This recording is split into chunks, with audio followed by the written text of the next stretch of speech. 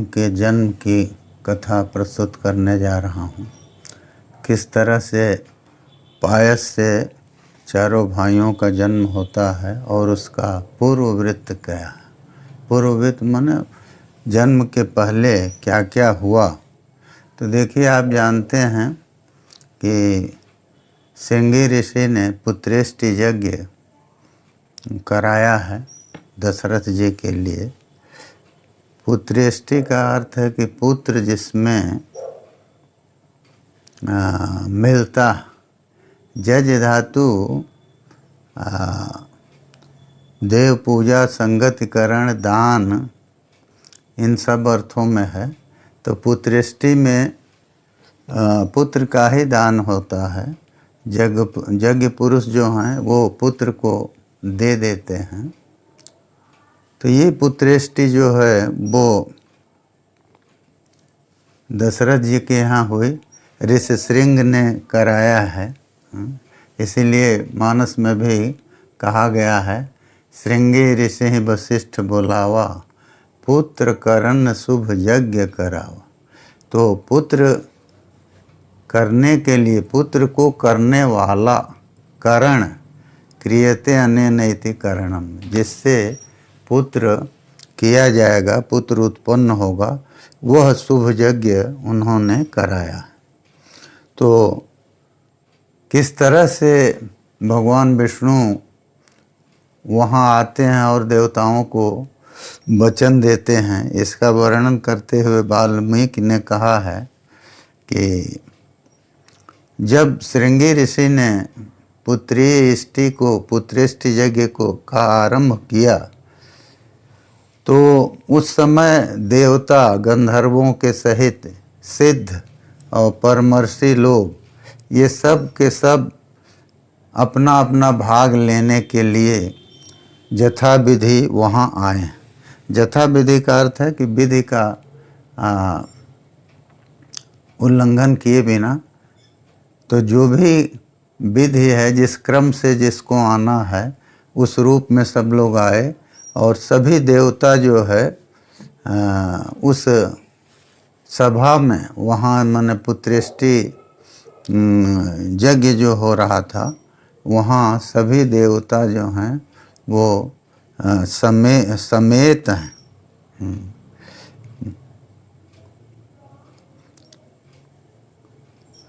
तो वो अपने उससे अंतर्धान शक्ति से, तो ये कहिए कि देवता वहाँ आए हैं तो दिखाई क्यों नहीं दे रहे हैं? दे रहे हैं कि सभी देवता आ करके और पुत्रेष्टि यज्ञ जो कर रहे हैं श्रृंगी ऋषि, उसमें सभी देवता प्रत्यक्ष रूप में आए हुए हैं, लेकिन वो अन्य लोगों को दिखाई नहीं दे रहे हैं। अपनी अंतर्धान शक्ति से इतरों के लिए अनवलोकनीय हैं। वो दूसरे लोग माने देवताओं से अन्य। देवता तो एक दूसरे को देख रहे हैं, लेकिन देवताओं को उनसे भिन्न, देवताओं से भिन्न कोई व्यक्ति देख नहीं रहा है। ऐसा यहाँ टीकाकारों ने वर्णन किया है। तो वहाँ देवता लोग आ करके उस सभा में अब्रुवन लोक कर्तारम ब्रह्मांडम वचनम ततः, तो ब्रह्मा जी भी आए हुए हैं। तो उनसे, ब्रह्मा जी से देवता लोग कहते हैं। तो देखिए, अब वहाँ शरीर धारण करके अगर नहीं आएंगे तो ब्रह्मा जी से जो कुछ कहना है वो निवेदन कैसे करेंगे? इसीलिए कह रहे हैं टीकाकार कि नहीं, सभी लोग आए हुए हैं और वो प्रत्यक्ष हैं, शरीर से हैं, और दूसरे लोग उनको देख नहीं पा रहे हैं। बस इतनी ही उनके आगमन की या उनके रहने में यही विशेषता है। तो उनके वचन जो हैं, किस प्रकार से उन्होंने ब्रह्मा जी को निवेदन किया, तो कहते हैं कि हे भगवान, ब्रह्मा जी से कहते हैं कि आपके प्रसाद से रावण जो है वो सबको तंग कर रहा है। क्योंकि रावण तो उसका नाम ही है, दोनों व्युत्पत्ति कर सकते हैं। रौती ति रावण रावयति ति रावण। तो जो शब्द करता रहे, रोता रहे, वो रावण है, और जो शब्द कराता रहे, रुलाता रहे, वो रावण है। तो शब्द करता है तो यह जो कुछ भी वो खाता है, या माता का ये इस रूप में कह सकते हैं कि माता का जैसे दूध पी रहा है, तो वो सभी मुखों में दूध उसका नहीं जा पा रहा। तो उस समय या कोई अच्छी चीज़ खा रहा है तो एक मुख से खाएगा, दूसरे मुख से नहीं खाएगा। तो इसलिए स्वयं भी रोता है और अपने अत्याचार से वो दूसरों को भी रुलाता है। तो वो जो राक्षस है वो हम सबको बाधित कर रहा है, हमको कष्ट दे रहा है, ये देवता लोगों ने ब्रह्मा जी से कहा, और हम लोग उसका शासन करने में असमर्थ हैं। हम लोग उसको इन कार्यों से विमुख नहीं कर पाते हैं, क्योंकि आपने प्रसन्न होकर के उसे वरदान दे दिया है। तो उस वरदान का उल्लंघन हम लोग नहीं कर पाते, और वो हमसे हर तरह से वीर में और मंत्र आदि की शक्ति में श्रेष्ठ हो रहा है। और हमें लोगों को नहीं, तीनों लोगों को वो जो है वो उद्विग्न कर रहा। और जितने भी श्रेष्ठ लोग हैं उनसे द्वेष करता। तो ये दोनों अच्छा नहीं है, किसी को उद्विग्न करना और किसी से उद्विग्न होना। इसीलिए गीता में भगवान ने कहा ना कि जस्मान नोद्विजते लोकान नोद्विजते च जह। तो वो व्यक्ति जो है, जो लोगों को उद्विग्न नहीं करता, अपने कार्यों से परेशान नहीं करता, और जो लोक में जो अनौचित्य आदि दिखाई दे रहे हैं उनसे उद्विग्न नहीं होता, वही श्रेष्ठ पुरुष है। तो इसलिए कहते हैं कि वो केवल हम लोगों को ही नहीं, तीनों लोगों को उद्विग्न कर रहा है, सबसे द्वेष करता है। राजा इंद्र जो हैं, जो देवताओं के राजा हैं, उनको वह अपमानित करना चाहता है। और सभी ऋषि, यक्ष, गंधर्व, ब्राह्मण, अन्य असुर, इन सबको जो है वो आपके वरदान से मोहित होकर, वरदान से गर्वित होकर के, या अपने आपके वर से शक्ति प्राप्त करके वो सबको जो है सबको भयभीत कर रहा है, और सबका अपमान कर रहा है, सबका अतिक्रमण कर रहा है। इसके पास में सूर्य का प्रताप भी शांत हो जाता है। मारुत जो पवन है वो भी उसके समीप में जा कर के अपनी इच्छा के अनुसार नहीं बह सकते, नहीं चल सकते, उसको उसकी इच्छा के अनुसार ही चलना होगा। और अत्यधिक ऊंची लहरों वाला समुद्र भी उसके समीप में कंपन भी नहीं करता। सोचिए कितनी ऊंची ऊंची लहरें उठती रहती हैं, और देवता लोग कहते हैं कि उसके समीप आने पर तो समुद्र का जो है कि लहरें भी शांत हो जाती हैं, उसमें के जल में कंपन ही नहीं होता। इस तरह की स्थिति हो जाती है। तो उस राक्षस से हम लोगों को बहुत अत्यधिक भय है, और वो देखने में भी भयंकर है। तो इसलिए आप उसके वध के लिए उपाय हम लोगों को बताइए, वो उपाय करिए जिससे उसका वध हो सके। इस प्रकार से देवताओं के द्वारा जब कहा गया तो चिंतन करके अतः ब्रह्मा जी कहते हैं कि देखो ये उसका वधोपाय हम तुम लोगों को बतला रहे हैं। हंतायम विदितस्तस्य वधोपायो दुरात्मनः, ये उसके वध का उपाय हम बता रहे हैं। क्या है? कहते हैं कि देखो उसने गंधर्वों से, यक्षों से, देवताओं से और राक्षसों से मैं अबध्य हूँ, ये तो हमसे वर में मांगा है। माने गंधर्व, यक्ष, देवता और राक्षस, इनसे हम अवध हों, ये तो उसने मांग लिया और उसको हमने तथास्तु कह दिया कि ठीक है ऐसा होगा। लेकिन अब उसमें ना कीर्तयद अवज्ञाना तद रक्षो मानुषांस तदा, कहे कि वो राक्षस जो है अवज्ञान से मनुष्यों को शक्तिहीन समझ करके, हीन पराक्रम वाला समझ के और उनसे हम अबध्य रहें, ये उसने नहीं मांगा। तस्मात् स मानुषात् बध्यो मृत्युर नान्यो से विद्यते, इसलिए वो केवल मनुष्य से ही वध को प्राप्त करेगा, अन्य कोई उसकी मृत्यु नहीं है, मनुष्य ही उसे मारेगा। तो ये वाक्य जब ब्रह्मा जी ने कहा तो उससे सभी देवता और महर्षि सब लोग प्रसन्न हो गए। ठीक इसी समय कहते हैं कि भगवान विष्णु वहाँ आते हैं। तो कैसे आते हैं? तो वैनतेयम समारोह्य, कहते हैं कि ये तस्मिन् अंतरे विष्णु उपयातो महाद्युति। इसी समय पर जब ये चर्चा हो रही थी उसी समय भगवान विष्णु आ गए जो महान द्युति वाले हैं, और वो शंख चक्र गदा पाणि पीतवासा जगतपति, शंख चक्र गदा ये हाथ में लिए हुए हैं और पीतांबर धारण किए हुए हैं, वैनते गरुण पर सवार हैं। और जैसे गरुण पर सवार कैसे लग रहे हैं? तो भास्करस तो यदम यथा, मानो भास्कर जो हैं सूर्य वो बादल के ऊपर सवार हों, ये उपमा दिया। तप्त हाटक के यूरो वंद्यमान सुरोत्तमय, और उनके केयूर हैं उनकी भुजा में, और वो जो है स्वर्ण के तप्त हाटक केयूर वाले हैं, और वह सूर्य देवताओं के द्वारा वंदित हो रहे हैं। तब ब्रह्मा जी ने उनको जो है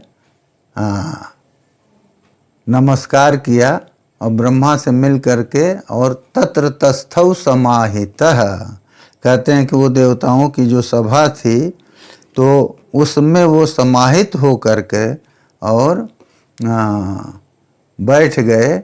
और तम ब्रुवन सुरा सर्वे समभस्तुए सन्नतः, तो कह रहे हैं कि उस समय सभी देवताओं ने उनकी अच्छी तरह से स्तुति करने के बाद एकदम नम्र हो करके और कहा, क्या कहा उनको?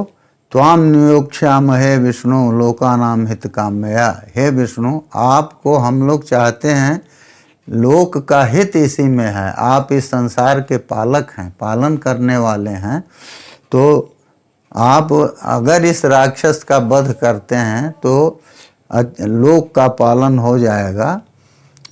तो इसके लिए आप जो हैं अयोध्याधिपति महाराज दशरथ के यहाँ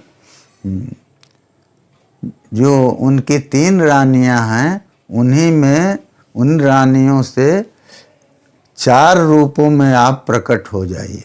अस्य भार्यासु तिसरीसु ह्रीश्री कृत्य उपमासु च, इनकी 3 भार्याएं जो स्त्रियां हैं वो जो कि ह्री श्री और कीर्ति की जिनकी उपमा, तो ह्री श्री और कीर्ति से जिनकी उपमा की जा सकती है, तो ऐसी जो महाराज की पत्नियां हैं उनमें आप पुत्र के रूप में उत्पन्न हो जाइए, 4 पुत्रों के रूप में आ जाइए। तो ह्री श्री और कीर्ति की उपमा इसलिए दिया कि जिससे स्त्रियों की, राजा की पत्नियों की अवतार की माता बनने की योग्यता सिद्ध हो जाए, कि उनमें इतनी योग्यता है कि वो विष्णु जब अंश रूप में अवतरित होंगे तो उनकी वो माता होने के योग्य होंगी। तो ये इससे उन्होंने सूचित किया। और फिर देवताओं ने कहा कि आप जो हैं विष्णु पुत्रत्वम आगच्छ कृत्वात्मानं चतुर्विधम, अपने को 4 रूप में करके और आप जो हैं पुत्र के रूप में दशरथ के हो जाइए। तत्र त्वं मानुषो भूत्वा प्रवृद्धम लोक कंटकम, वहाँ इस प्रकार से तुम मनुष्य, आप मनुष्य हो करके और प्रवृद्ध लोक कंटक जो राक्षस है उसको आप मारिए, क्योंकि वो देवताओं, गंधर्वों और सिद्धों तथा ऋषियों को भी बाधित कर रहा है। तो इस तरह से उन्होंने, तो देखिए एक यहाँ इन्होंने कहा तो कि आप दशरथ के पुत्र के रूप में हो जाइए, विष्णु पुत्र तुम आगच्छ। तो इस वाक्य को देखने के बाद एक शंका ये जरूर हो सकती है कि आप देवता लोगों को कैसे ये सामर्थ्य प्राप्त हो गई कि आप विष्णु को आज्ञा दें, निवेदन करें, ये तो बात समझ में आती है। लेकिन आज्ञा, ये लोट का प्रयोग हो रहा है तो नहीं, लोट लकार आज्ञा को बताता है संस्कृत व्याकरण में, लेकिन तो यहाँ लोट जो है प्राप्त काल में है।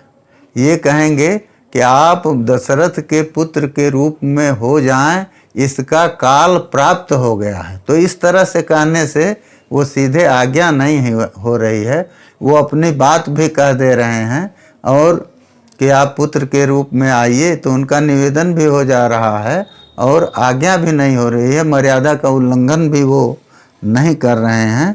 तो इसलिए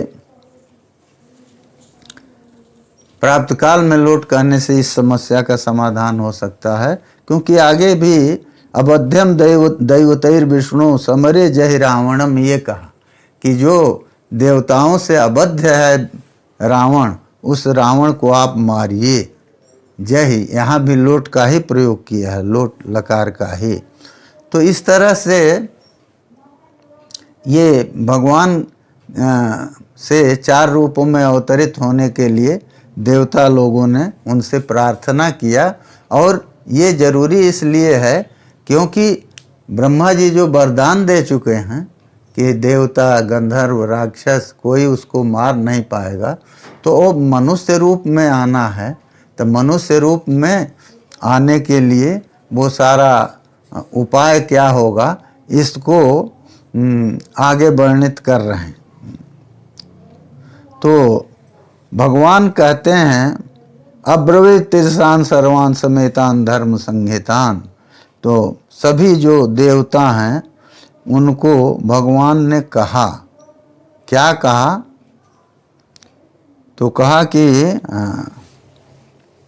धर्म संहितान देवान अब्रवीत, धर्म सहित जो देवता लोग हैं, क्योंकि देखिए भगवान के अंदर कोई पक्षपात नहीं है, वो तो सम है, सबके लिए बराबर हैं। लेकिन जहाँ धर्म है वहीं विजय है, जतो धर्मस्ततो जयः। तो अधर्मकारी जो हैं उनका वो साथ नहीं देते, उनको तो वो दंड देते हैं। तो भगवान ने धर्म पर आश्रित जो देवता हैं उनसे कहा, भयम त्यजत भद्रम वो हितार्थम युधि रावणम, सपुत्र पौत्रम सामात्यम समंत्रिक ज्ञाति बांधवम, हत्वा कूरम दुराधर्षम देवर्षिणाम भयावहम। तो कहते हैं कि आप लोग भय को छोड़ दीजिए, भयम त्यजत भद्रम, वो आप लोग भय छोड़ दीजिए, आपका कल्याण हो। और ये भी कहा कि वो हितार्थम, आपके हित के लिए हम युद्ध में रावण का वध करेंगे, और केवल रावण का ही नहीं, सपुत्र पौत्रम सामात्यम समंत्रिक ज्ञाति बांधवम, पुत्र पौत्र अमात्य मंत्री ज्ञाति बांधव सबके साथ रावण का वध करेंगे, और उस क्रूर दुराधर्ष रावण को, जो देवताओं और ऋषियों को भय दे रहा है, उन सब उसको मार करके, और हम भूतल पर 10 वर्ष सहस्राणी 10 वर्ष शतानि च, 10,000 वर्ष और 100 वर्ष माने 11,000 वर्ष तक वत्स्यामि मानुषे लोके पालयन पृथ्वी मीमां। 11,000 वर्ष तक हम पृथ्वी पर पृथ्वी का पालन करते हुए रहेंगे। तो ये तो उन्होंने भगवान ने उनको वर दे दिया। और इसके पहले वो भी कह चुके हैं, क्या नाम है कि श्रृंगी ऋषि भी पुत्रेष्टि के पहले ही कहते हैं, भविष्यन्ति सुता राजंस चत्वारस्ते कुलोद्भवा, कहे कि आपके 4 पुत्र होंगे और ये 4 जो हैं वो कुलोद्भव होंगे। कुल की धुरा को, कुल की कल्याण की परंपरा, कुल की वीर की परंपरा, कुल की जस की जो परंपरा है उसको वो उसका वहन करेंगे। तो इसलिए उन्होंने पहले ही श्रृंगी ऋषि ने ये करके वो ध्यानस्थ हो करके ये बतला दिया उनको कि ये हो जाएगा। और माने यज्ञ शुरू करने से पहले ये यज्ञ आपका सफल होगा, ये उन्होंने बता दिया। तो खैर इसके बाद यज्ञ तो हुआ। तो यज्ञ होने के बाद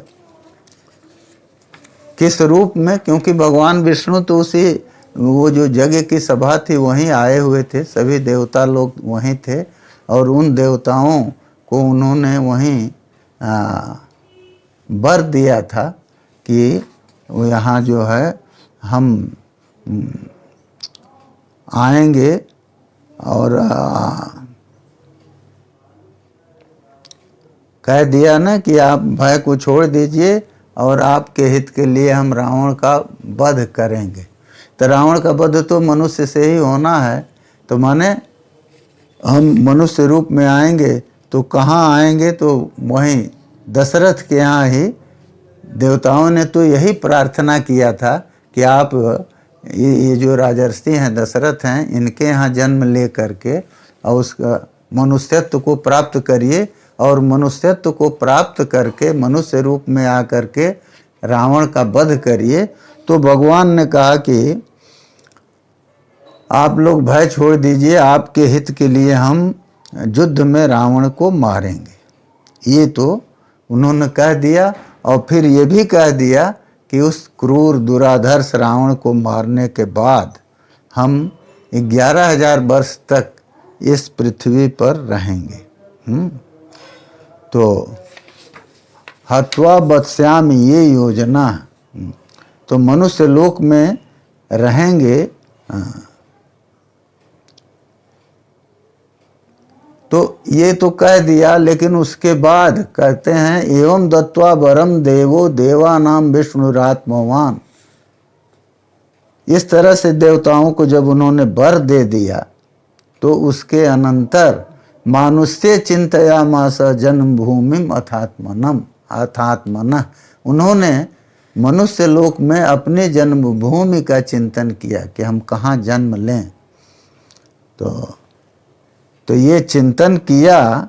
तो क्योंकि देवताओं ने यही कहा था कि आपको हम लोग इस काम में नियुक्त कर रहे हैं, तो देवताओं ने एक तरह से उनसे यही प्रार्थना किया था, यही उनको इस रूप में ही नियुक्त किया था। तो उन्होंने उनकी इच्छा के अनुसार ही, उनके निर्देश के अनुसार ही ये विचार किया कि हमारी जन्मभूमि कहाँ हो। तो ततः पद्म पलासाक्ष कृत्वात्मानं चतुर्विधम पितरम रोचयामास तदा दशरथम निरुपम। तो कहते हैं कि तब पद्म पलाश की तरह, पद्म पत्र की तरह जिनके नेत्र हैं, ऐसे भगवान ने अपने को 4 भाग करके और वास करने का विचार किया और पिता के रूप में दशरथ जी को चुना। पितरम रोचयामास तदा दशरथम नृपम। तो सब लोग फिर बहुत प्रसन्न हुए और उन्होंने भगवान विष्णु की स्तुति किया। और ये जो है कहा कि आप महाराज, आप प्रभु इसका रावण का वध करने के बाद स्वर्ग लोक को आप आ जाइए, अपने विष्णु लोक को आ जाइए। हाँ, और इतने नहीं, गुप्तम गत दोषम अकल्मसम, कहते हैं कि आप वहाँ उसका वध करके और फिर अपने लोक को आइएगा। आप उपेंद्र बन के और विष्णु की भी रक्षा कर लीजिए। यहाँ स्वरलोक से मतलब है वैकुंठ लोक, क्योंकि भगवान विष्णु का वहीं वास है वैकुंठ लोक में ही। तो स्वरलोक मागच्छ गतज्वर चिरम सुरेंद्र गुप्तम गतदोष कलमसाह। तो सुरेंद्र, हे सुरेंद्र, आप जो हैं गुप्तम स्वरलोकम आगच्छ, अत्यंत रक्षित जो स्वरलोक है आपका, जो वैकुंठ लोक है, उसमें आ जाइए गतज्वर हो करके। क्योंकि आप जब इस पीड़ाभूत रावण का वध कर देंगे तो उसके बाद मनुष्य लोक में जितने दिन आप वास करेंगे उतना आपके आचरण से लोग प्रेरणा प्राप्त करेंगे, फिर आप अपने लोक में आ जाइए। तो ये तो हो गया। उसके बाद भगवान जो हैं कहते हैं देवताओं से ही कहते हैं कि अच्छा उपाय क्या होगा, किस तरह से हम उसको मारेंगे। तो कहे कि आप मनुष्य रूप में आ करके उसका वध करिए। तो ये तो हो गया, लेकिन अब रास्ता क्या बनेगा, किस रूप, कौन सा उपाय बना। तो कहते हैं कि उस यज्ञ में भगवान विष्णु तो इस तरह का सारा निश्चय करके अपने जन्म की विधा को भी बतला करके और पिता कौन होंगे ये भी बतला दिए। तो पिता जो हैं दशरथ जी को उन्होंने कहा, तो माता के रूप में ये तीनों रानियां आ जाएंगी, तीनों माताओं में वो उत्पन्न होंगे, ये सारी बातें आ गईं। तो उसके बाद भगवान विष्णु जो है पितामह की अनुज्ञा लेकर के, पितामह से कह करके कि अब हम चल रहे हैं, तो वो चले गए, वहाँ से अंतर्हित हो गए। देवताओं के द्वारा उनकी पूजा हो रही थी, उसी समय वो अंतर्हित हो गए। तो लेकिन इधर क्या होता है कि ततो वही जजमानस्य पावकादतुल प्रभम, अब आगे अवतार की प्रक्रिया शुरू होती है। इसके अनंतर जजमान के लिए, जजमान का जो पावक है, माने जजमान जो दशरथ जी हैं उनका जो पावक है अग्नि है, उससे अतुल प्रभम प्रादुर्भूतम महद्भूतम महावीर्यम महाबलम, एक पुरुष उत्पन्न होते हैं उस अग्निकुंड से ही।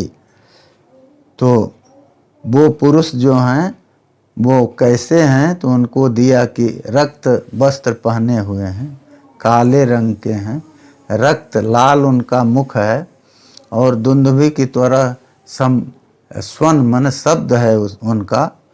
और तो इस तरह से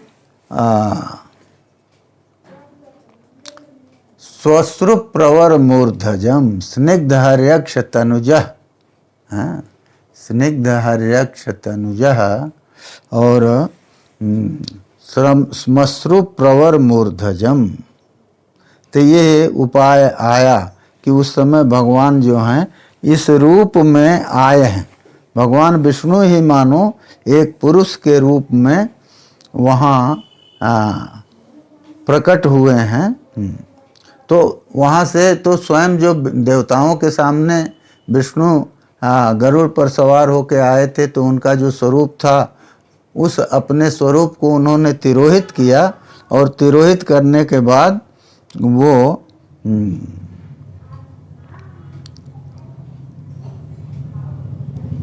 ऐसे तेज में आए हैं जैसे विद्युत आदि का तेज होता है, जो कि नेत्रों को की दृष्टि दर्शन की क्षमता को रोक लेता है, उसी तरह के तेज में वो आए हैं। और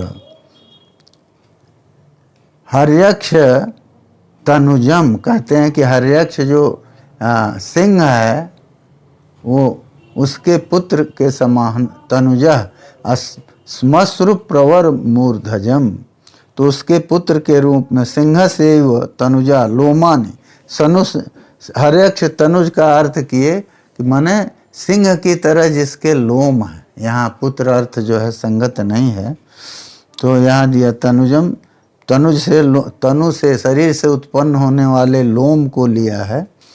और उसके जो श्मश्रु प्रवर मूर्धजम, और जिसके मूर्धज जो हैं, केस जो हैं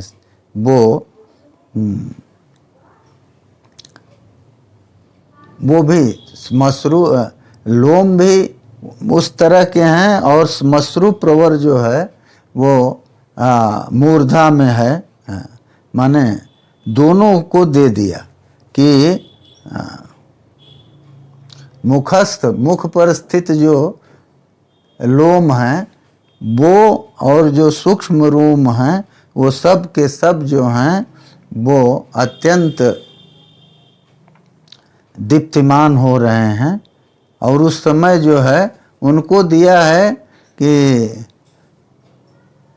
उत्सेद, उनकी ऊंचाई कितनी है, तो वो देते हैं कि शुभ लक्षण संपन्न वो हैं, दिव्य आभरण से भूषित हैं, लेकिन शैल श्रृंग समुत्सेधम, पर्वत की जो पर्वत का जो श्रृंग है, सिंह चोटी है, उसके समान उत्सेध उनकी ऊंचाई है,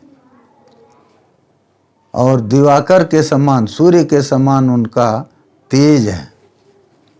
तो वो आए हैं और आ करके उन्होंने एक हाथ में अपने दिखाया है, हाथ में लेके आए हैं पात्री। पात्री जो है वो कैसे पात्री, माने एक ऐसा पात्र, एक ऐसी थाली समझिए जिसमें, जो कि स्वर्ण की है और जिसके ऊपर ढक्कन है, मुख का आवरण है चांदी का। तो वही दे रहे हैं कि दिव्य पायस संपूर्णाम पात्रिम पत्नीमिव प्रियाम, वो दिव्य प्रवर दिव्य पायस से संपूर्ण पात्री को वो हाथ में लेके आए हैं। पात्री को कहते हैं पत्नीमिव प्रियाम, पत्नी की तरह जो प्रिय है उसको लेकर के आए हैं, उसको साथ हाथ में लेकर के, और वो प्रादुर्भूत हुए हैं। और वो पात्री कैसी है, मायामयी मिव, मानो पात्री जो है वो मायामयी है। ये यहाँ जो है ये है ईव शब्द जो है एव के अर्थ में है, मानो वो पात्री है, क्या है, माया ही है भगवान की। तो वो उसको ले करके साथ में आए हैं, तो भगवान की माया ही है जो उनके हाथ में दिखाई दे रही है। तो दशरथ जी को देख करके और उन्होंने कहा है, अथो पुनरिदम वाक्यम प्राजापत्यो नरो ब्रवीत। तो फिर दशरथ जी को देख करके यह वाक्य, वो जो मनुष्य यज्ञ कुंड से उत्पन्न हुए हैं, जो प्राजापत्य हैं, प्रजापति जो प्रजा के पालक जो विष्णु हैं, उनका जो एक रूपांतर है, दूसरे स्वरूप में ही वही विष्णु हैं, क्योंकि अपने मूल स्वरूप से वो अंतर्हित हो गए, अंतर्धान हो करके, और फिर अग्निकुंड से उस रूप में प्रकट हो गए। तो वो प्रजापति संबंधी हैं, तो प्रजापति संबंधी है वो शरीर या वो पुरुष, मानो वो प्रजापति ही हैं। इस रूप में वो दशरथ जी के सामने आए हैं, तो इसलिए उनसे वो कहते हैं, इदं तु नृपशार्दूल पायसम देव निर्मितम, कहते हैं कि हे राजन, ये देव निर्मित पायस है, इसको आप लीजिए। तो देखिए भगवान विष्णु जो हैं वो अंतर्हित होके और उस मनुष्य के रूप में अग्निकुंड से निकल रहे हैं, और वही राजा को कहते हैं कि ये देव निर्मित पायस जिसमें है, इस पात्री को आप लीजिए। तो और ये पायस कैसा है? तो ये पायस है प्रजाकरम, ये प्रजा को करने वाला, माने इसको खाने के बाद प्रजा आपको होगी, संतति होगी, क्योंकि प्रजा स्यात् संततौ जने, प्रजा शब्द जो है संतति को और जन को माने जनिमत को भी कहता है। तो इसलिए कहा कि ये प्रजा कर है, इसको आप लीजिए। तो देखिए जो वस्तु जिस गुण के लिए आती है, जैसे उसमें उनकी कथा में हम पढ़ते हैं कि गोकर्ण ने कथा सुनाया, उसके पहले आता है ना कि धुंधुकारी की माता ने वो जो फल प्राप्त उसके पति जो ने ऋषि से पाया हुआ फल ला करके जो दिया था कि ले जाओ इसको दे दो, खा लेगी तो उसको पुत्र होगा, तो उसने गाय को खिला दिया और गाय से जो है, गाय से ही गोकर्ण की उत्पत्ति हो गई। तो ये उस फल का महत्व था। फल जो है प्रजाकर था, फल को पुत्र उत्पन्न करना था, तो उसने आधार जो ही मिला, गौ आधार मिली, उसी में पुत्र उत्पन्न कर दिया। और ये चरु जो है, तो ये भी जब प्रजाकर है तो इससे तीनों रानियों को जो है वो पुत्र प्राप्त होते हैं, क्योंकि वो तो निष्फल नहीं होगा, देव निर्मित पायस है। और साक्षात उस पुरुष के रूप में आकर के भगवान कहते भी हैं कि प्रजाकरम गृहाणत्वम धन्यमारोग्य वर्धनम, कहते हैं कि ये तो प्रजाकर तो है ही है और धन्य है और आरोग्य वर्धन है, आरोग्य को बढ़ाने वाला। तो धन्य है माने ये निष्फल नहीं होगा, ये जो है अवश्य सफल होगा। तो उतना साफल्य तो प्राप्त होगा भगवान के वचन से, क्योंकि उन्होंने प्रजाकर कह दिया और दो विशेषण उसका और दे दिए, धन्यम और आरोग्य वर्धनम। तो ये धन्य है तो माने तुम उद्यान धनम लब्धा धन्य, धन को जो प्राप्त करेगा वो धन्य है। तो ये जो चरु है ये धन्य है और आरोग्य को बढ़ाने वाला। तो धन्य है माने इससे तुम धन को प्राप्त करोगे, तो पुत्र रत्न तुम्हें इससे मिलेंगे, ये सूचित कर दिया। और फिर कहा कि इसको लेकिन तुम अपनी स्त्रियों को दो, भार्याणाम अनुरूपाणाम अस्नीतेति प्रयच्छवै, कहा कि तुम अपने स्त्रियों को जो कि अनुरूप हैं, तो रूपस्य योग्यम अनुरूपम, तो रूप अनुरूप भार्याओं को दो, तो माने उनका वो पात्र हैं इस चरु को पाने की। और किस रूप में दो? तो जो उनका क्रम है उस रूप में, जो रूपस्य योग्यम अनुरूपम, रूप के योग्य। तो रूप्यते बोध्यते जनैः ज्ञायते जेन रूपेण, तो जिस क्रम में जेन रूपेण ज्ञायन्ते राज्ञः, जिस रूप में रानियां जानी जाती हैं कि ये पट्ट महिषी हैं कौशल्या, ये द्वितीय महिषी हैं सुमित्रा और दूसरी रानी हैं, और ये तीसरी सबसे छोटी रानी है कैकेयी। तो इस अनुरूप इनके का जो क्रम है उसी क्रम में तुम दो, अनुरूपाणाम इतने कह दिए। और कहा कि अस्नीतेति प्रयच्छवै, और उनको ये कहना कि इसको खा लो। तो देखिए अस्नीता ये जो भगवान ने कह दिया, तो माने उस चरु को खाने के बाद और किसी भी प्रकार के साधन की जरूरत नहीं है पुत्रोत्पत्ति के लिए। ये भगवत वचन ही इसमें प्रमाण है, अस्नीतेति प्रयच्छवै।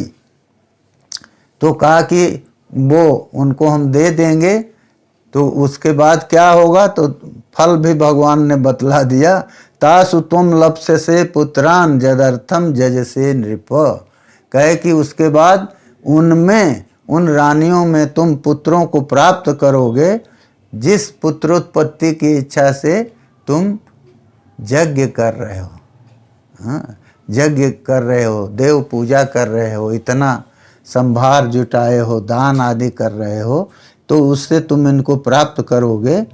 तथेति निपति प्रीत शिरसा प्रतिगृह्यताम, तो कहे कि राजा ने तथेति, अच्छा हम ऐसा कर रहे हैं ये कह के, और उसको उन्होंने ले लिया, प्रसन्नता से लिया, और शिरसा प्रतिगृह्यताम, सिर से स्पर्श करते हुए लिया। और फिर किसको लिया? पात्रिम देवान्न संपूर्णाम देवदत्ताम हिरण्मयीम, पात्री जो है वो पात्र जिसमें कि वो रखा हुआ है चरु, उसको उन्होंने लिया। तो वो पात्री कैसी है? देवान्न संपूर्णा, देवताओं के द्वारा जो संस्कृत अन्न है उनके द्वारा जो बनाया हुआ चरु है उससे पूरी भरी है पात्री। और देवदत्ताम हिरण्मयीम, और हिरण्मयी थी। हमने आपको पहले बताया कि उसका वो स्वर्ण की पात्री थी और ढक्कन उसका रजत का था। उसके बाद पात्र को ग्रहण करने के बाद अभिवाद्य से तद्भुतम अद्भुतम प्रिय दर्शनम, कह रहे हैं कि उस अद्भुत प्रिय दर्शन वाले, जिसका दर्शन ही प्रिय है, उस अद्भुत जो मनुष्य हैं या अद्भुत आकृति जो सामने है उसको प्रणाम करके अमुदा परमया युक्तस चकारा भी प्रदक्षिणम, परम मोद से, अत्यधिक प्रसन्नता से उन्होंने उनकी प्रदक्षिणा किया। चकारा भी प्रदक्षिणम, पुनः पुनः प्रदक्षिणा किया। तो उसके बाद ततो दशरथ प्राप्य पायसम देव निर्मितम, लेकिन इसके बाद क्या किए वो? जब उन्होंने प्राप्त कर लिया उसको, पात्री को, तो उन्होंने रानियों को उस पात्री में से निकाल करके अन्न को दिया। तो टीकाकार दो बात कहते हैं कि वो देव निर्मित पायस को ले करके बहुत प्रसन्न तो हुए, जैसे अधन जो है, दरिद्र आदमी जैसे धन पाप के प्रसन्न होता है, उसी तरह से वो प्रसन्न तो हुए।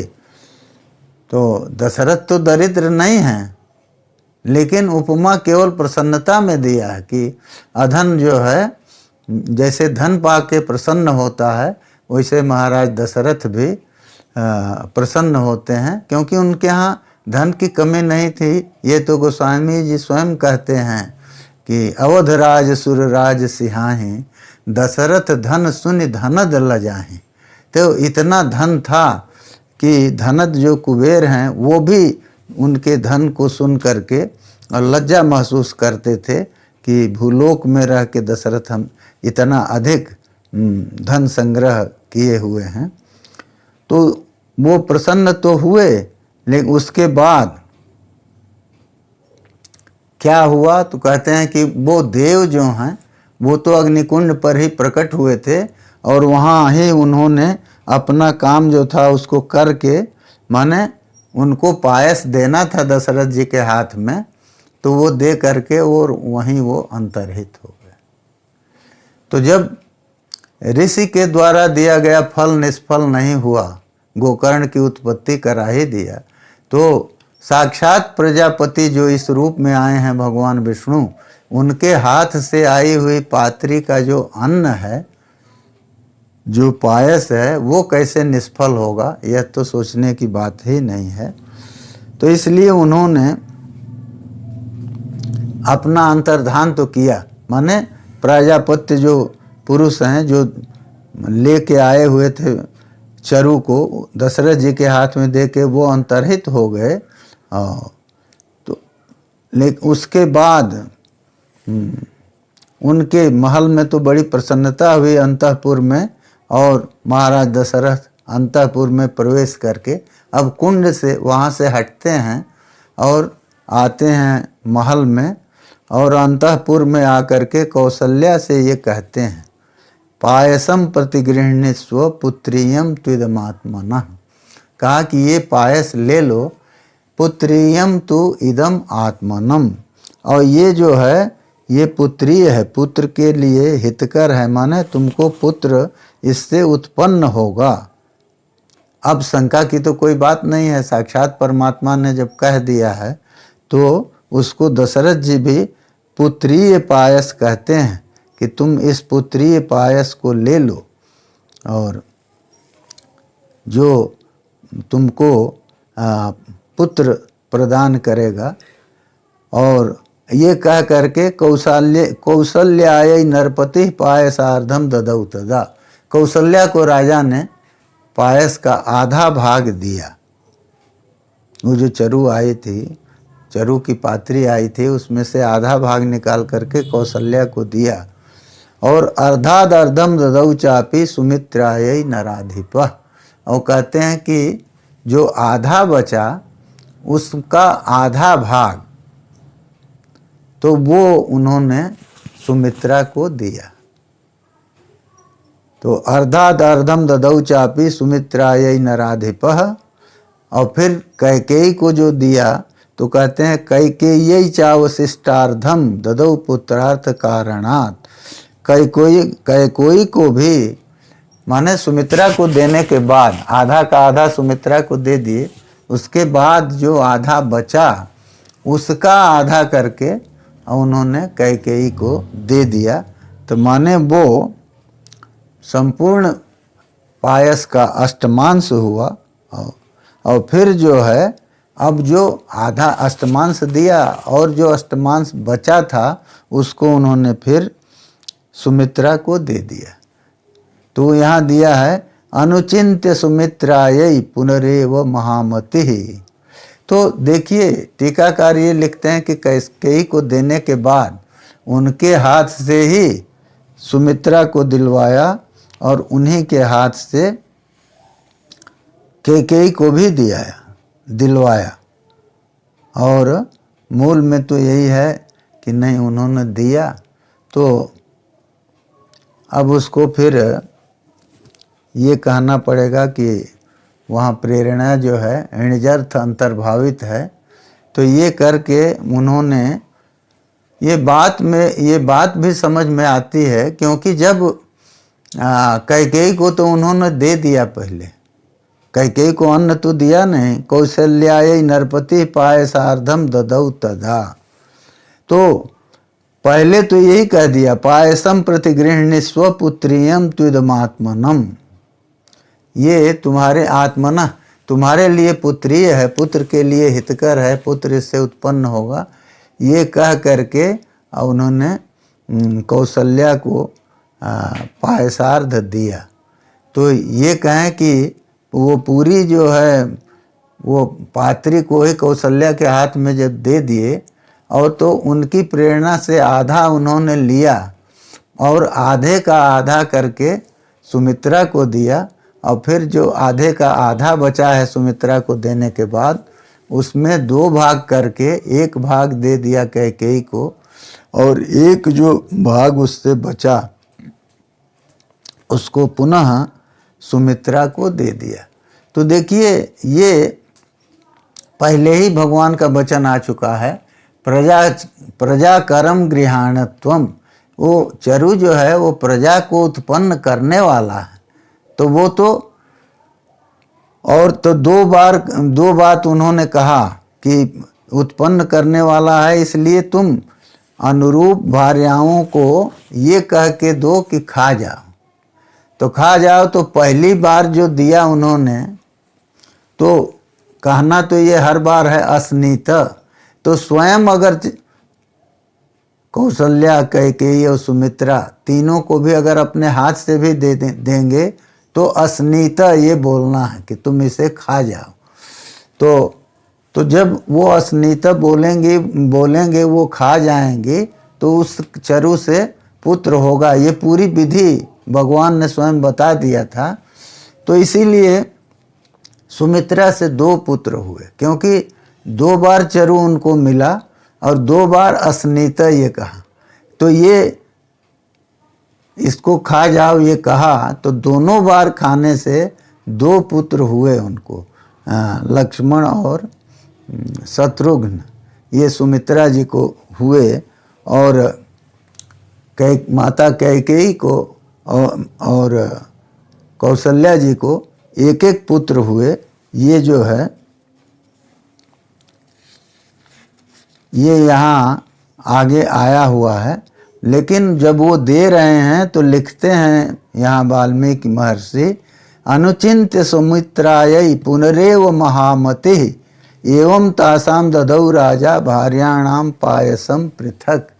तो अनुचिन्त्य दिए तो माने वो 2 प्रकार की चिंता किए कि सुमित्रा जो है वो दोनों को प्रिय है, तो इसलिए उन्होंने दोनों 2 दिया, और फिर 4 पुत्र होने हैं तो इसलिए 4 बार दिया। तो जो कौशल्या को 1 बार दे दिया और 1 बार जो कैकेयी को दिया, तो जो उस कैकेयी को देने के बाद जो अष्टमांश बचा था उसको पुनः दे दिया सुमित्रा को। तो इस तरह से 4 बार में चरु प्रदान हुआ और 4 पुत्र हुए, क्योंकि वो पायस जो है वो भगवान के वचन से प्रजा कर है, उसको पुत्र की उत्पत्ति करनी है।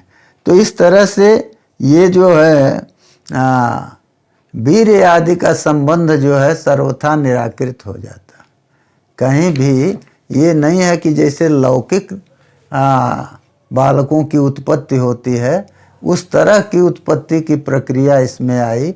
इसका सर्वथा निराश हो जाता है, और भगवान का जो है बिना वीर संबंध के ही वो जन्म होता है।